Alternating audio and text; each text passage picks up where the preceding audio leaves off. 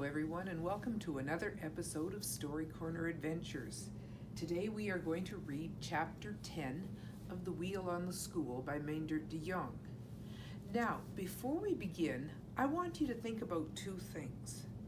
First of all, in the first chapter, the teacher mentioned that if you wonder why, things will begin to happen.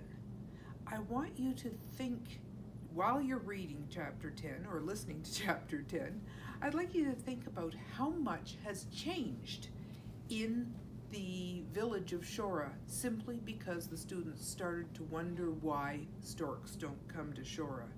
The number of changes I think you're going to find are huge, not just for the students, but for other people in the village. Another thing I would like you to do, I haven't usually shown you pictures from the book, but this is a very interesting one. I want you to think about who this is and what she is doing and why, because it indicates a really big change. All right, here we go. Chapter 10, Wagon in the Sea. Is something wrong? Auke shouted out above the rattling, clanging din as the wagon neared the group around the wheelchair at the side of the road. The wagon stopped. The tin stopped banging. Yeah, something's wrong, but not here, Janus said. We heard women screaming on the dike somewhere at the other side of the village. We were just going there. Well, jump on, the Tin Man said, and we'll get you there as fast as the old horse will go. Hey, that's right, you in the wheelchair can't do much jumping. Maybe we can all hoist you up and... Don't sit there, man, with foolish plans in your mouth, Janus interrupted him. Get going to that dike. Just give me a chance to grab the back end of the wagon. I'll come on behind some way. It was a crazy procession that stormed into Shora and along the road to the dike. The old horse tried to make speed as best he could, but the added weight of his new passengers slowed him down. But the wagon looked fast, and the tin made it sound faster. The wagon, hobbling and bouncing over the big cobblestones, was one hideous clangor of tin. The pots and pans swung wildly on their wires. Janus in the wheelchair rolled on behind. Janus had taken a stout grip with both hands on the back of the wagon. The rope around his chest kept him from jouncing out of his chair.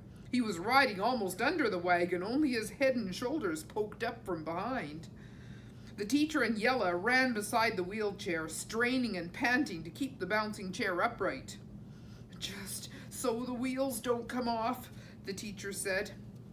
Janus was in fine fettle. He wasn't worried about the wheels.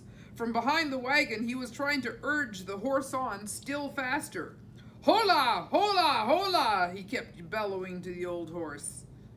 Say, tell him back there not to shout hola, the Tin Man yelled. It sounds too much like whoa to the horse. Nobody tells Janus anything, Auke told the Tin Man. In spite of the holas, the horse seemed to respond to the excitement in Janus's voice. His bony rump went still higher, his big feet pounded heavily over the cobblestones.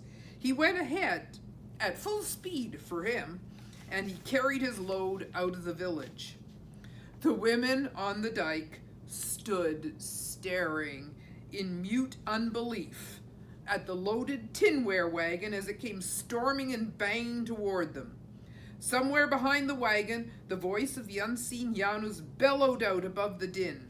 All the women were back on the dike. A farmer was coming with horses and wagon to rescue Lena and Dua. The women had not waited for him to hitch his horses to a wagon before they'd run back to the dike. Lena's mother was the first to come to her senses. She dashed down to open the gate that led to the Dyke Path. The Dyke Path was a narrow wagon lane that had been dug on a long, gradual slant into the side of the dike. On this path, a wagon could mount alongside the steep dike to the top. The wagon ran through the gate and up the long slant of the Dyke Path. The climb slowed the old horse immediately. In a totally flat country, he wasn't used to pulling uphill. He coughed and quivered. He strained with all his bony strength, but the wagon wheels barely turned. Janus yelled, "Hola! Hola! Hola!" It did no good. The horse had given his all. He was too old and sensible to attempt the impossible. He let Janus yell, and the wagon wheels ground practically to a standstill. It was too much for Janus. "Everybody off but the driver and the little kids," he ordered. "And everybody push! Oh, Bone Rack's had all he can take, and he's got some help coming. He did all right." Janus was almost trying to push the wagon ahead from his wheelchair. All the boys jumped down from the wagon. Even the Tin Man vaulted from the high seat, and his wife took the reins. Up on top of the dike, Janus stood, struck speechless, too surprised to do anything but stare. But as the wagon neared the crest of the dike, she found her voice. "Was that my Janus? Did I hear Janus's voice?" Then the wagon came over the dike and rolled to a stop before the women. Janus came from behind it in the wheelchair, proudly pushing himself towards his astounded wife. He was triumphant. "Sure, it's Janus. Who'd you think it was? Santa Claus?" "No, but it's as good as Santa Claus," the woman said softly. Janus looked away from her and spun his wheelchair around to look at the sea. He took in the situation of old Dua and Lena, stranded knee-deep in water now, on top of the upturned boat. Once again he stared far out to sea. He sat there almost quivering. He snuffed in the tangy sea air, his mouth wide and breathing it deep. Here he was, on the dike, with the sea below, thundering in full tide. Here he was in the midst of things again. He shook his head to shake off the mood and then took command. "Off with all the kids and tin here on top of the dike," he said. "We can't have the Tin Man's wares get rusty from salt water, but we got to use the wagon to get the old man and the girl. Everybody get busy, but use your heads. If I still know my sea and my tides, we've got half an hour before those two on the boat go under. So pile the stuff neat and don't knock dents into it or scatter it all over." All the women and the boys rushed to unload the wagon, but one of the women remembered the farmer. She rushed away to tell him he and his wagon would not be needed now. "Hey, Tin Man!" Janus yelled. "Will your horse go into the sea or would it scare him spitless?" "Not him," the Tin Man said promptly. "He's used to the sea. If I'm near the sea, I take him into the salt water almost every noon to tighten and heal his old flat feet from the road sores. He loves it." "Ah, good," Janus said. He studied the big feet of the horse. "Yes, I can see. He's a willing old skate. Does his best. His splay feet should come in handy. At least he shouldn't sink into the silt when he's got to tug the wagon into the sea. Not on those snowshoe feet of his." Behind Janus, the women and boys had the wagon empty. The neat piles of pots and pans and kettles stood in an orderly row on the top of the dike. Beyond the piles stood a soldier-like row of coffee pots, which wouldn't stack. Beyond the coffee pot, the pieces of tin, which the Tin Man used to patch old pots and pans, were piled beside his box of tools. Janus ran his eyes over everything and saw that all was in order. "Fine," he said. "Now, into the sea. Just you," he told the Tin Man. "No load. It's better for the horse if the wagon floats and you two are used to each other." The wagon started slowly down the dike toward the sea, with the old horse hanging his weight against the pushing weight behind him. Now they noticed that on top of the upturned boat, Lena had begun frantically waving her hands at them. Dua stood beside her, holding her. He seemed to be instructing Lena. "Quiet, everybody!" Janus cried. "They're trying to tell us something." The Tin Man stopped the wagon halfway down the dike. Everybody leaned forward to hear the long screamed-out words that came from the boat over the thundering tide. Lena stopped shouting and turned to the old man as if for further instructions. She began shouting each word even more slowly this time, and shriller and higher. Janus waved both his hands high above his head. "It's all right, little girl," he bellowed over the waves. "I got it. Janus will fix it." "Listen," came the drawn-out shrill words. "Listen, Janus. It's not just Dua and me. There's a wagon wheel, and it's got to be pulled through a hole in the bottom of this boat. The wagon's got to come right over the boat and over the hole, so the wheels have to come off the wagon." Janus waved his hand cheerily. "It's all right, little girl," he called back so hard that the cords in his neck stood out. "Don't you worry, Janus will pull that wheel out for you." Lena and the old man waved to show they'd understood. For a moment there was excited chatter on the dike. "Lena's got a wheel," the amazed boys told each other. "Lena's found a wheel in a boat. She went and looked in a boat for a wheel." "It's crazy," Yella summed it up for all of them. But Janus turned on them. "What are you, magpies? Cut out the chatter. Tin Man," he shouted to the wagon on the side of the dike. "Have you got a wagon jack?" "Sure have," the Tin Man said. "With a wagon like mine and the wheels I've got, you need a jack almost as much as you need a horse. But I don't think we'll need a jack. The wheels come off easy. They've been on and off so often. If I just ride into the tide, the horse in the water will hold the wagon up enough so we can pull the hind wheels off. It'll be quicker." "Good," Janus said. "If it's quicker, that's what we'll do. We've no time to waste. As the tide gets higher and the tide current begins to hit their legs, those two will find it harder and harder to keep their footing on that slimy boat. It could sweep them off." Janus wasn't satisfied until everybody but the women was busy with the wheels. The teacher was ordered to wade waist deep into the sea to help the Tin Man with the front wheels. They were the only two tall enough to risk the depth of the tide water that far from the dike. The boys worked on the back wheels. With everybody busy, Janus studied the sea again and the half-submerged figures of the old man and the girl standing in the rushing water. "Well," he said to the women, "look at that. There stands that little bun of a girl, and she isn't a bit panicky, up there to her little belly in the cold water. Who did all that screaming a while back before we came?" "That bun of a girl is my daughter," Lena's mother said quietly. "And we did all the screaming.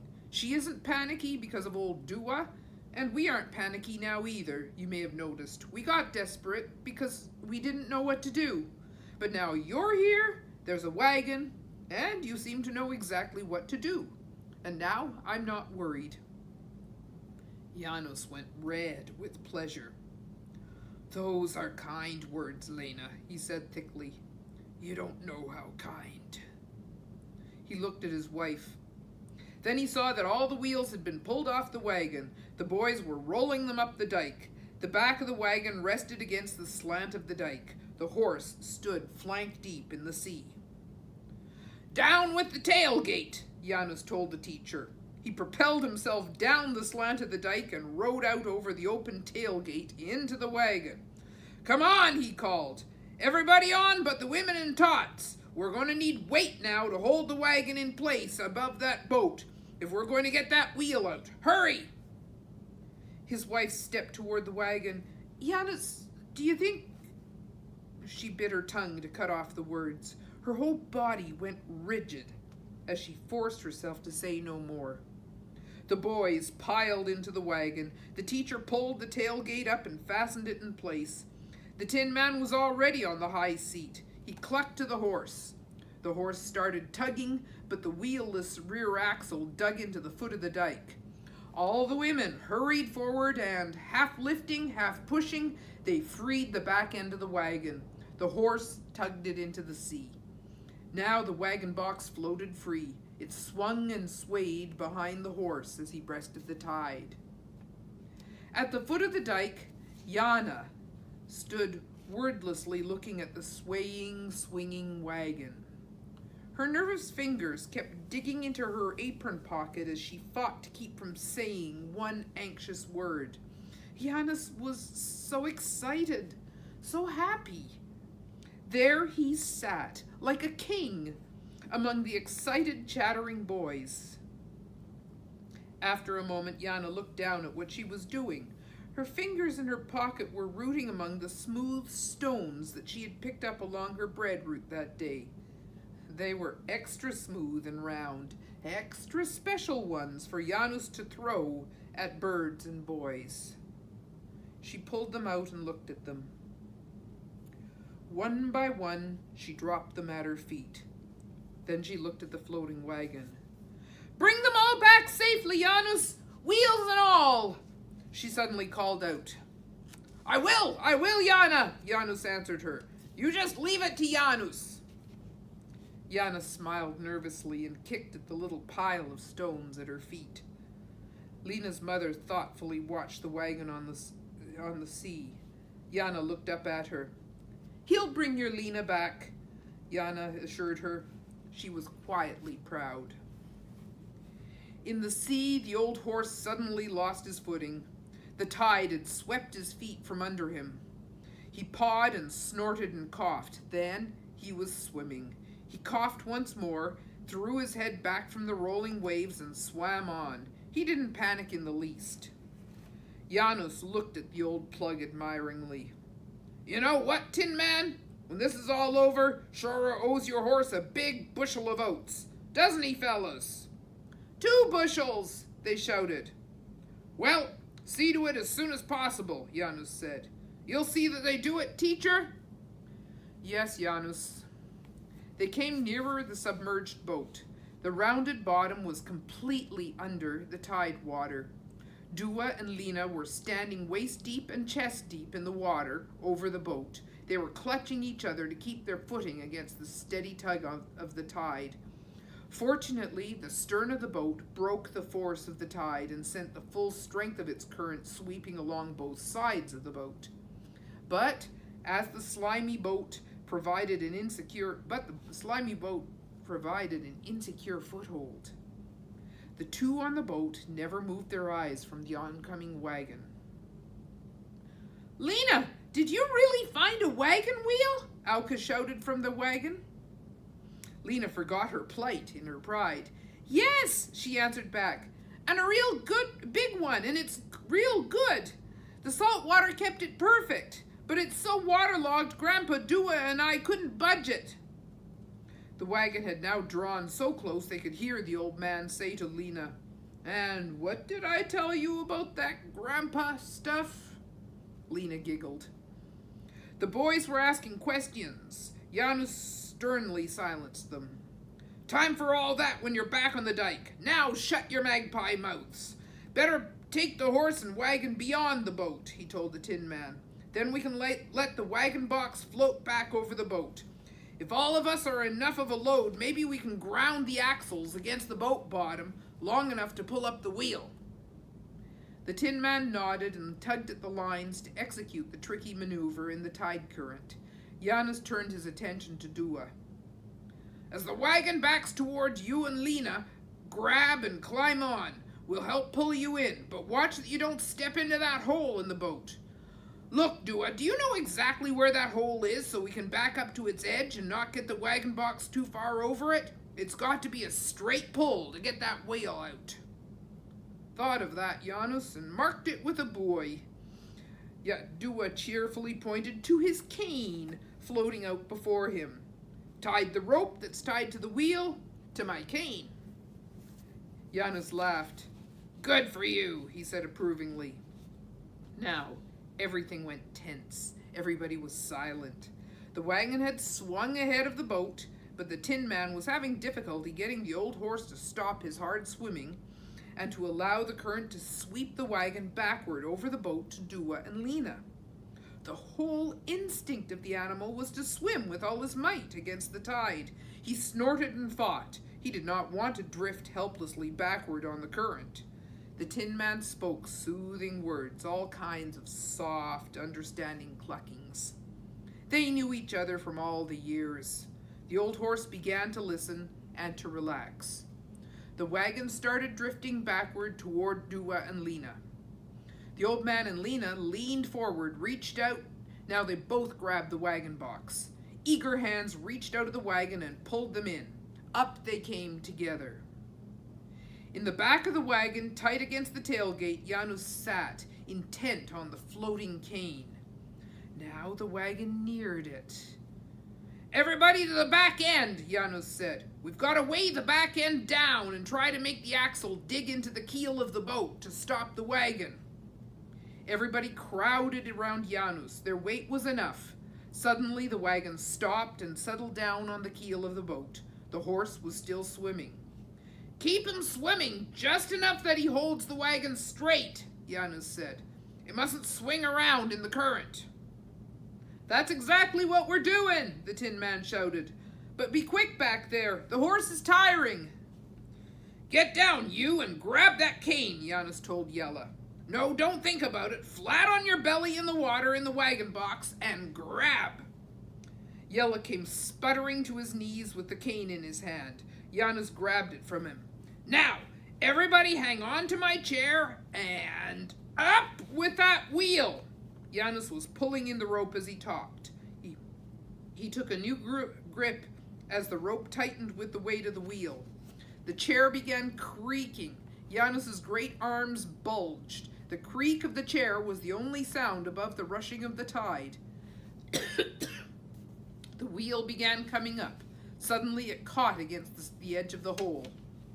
Janusz muttered, got red-faced and fierce, and then, with a mighty heave and a tug, he freed the wheel. Up rose the rim of the wheel out of the water.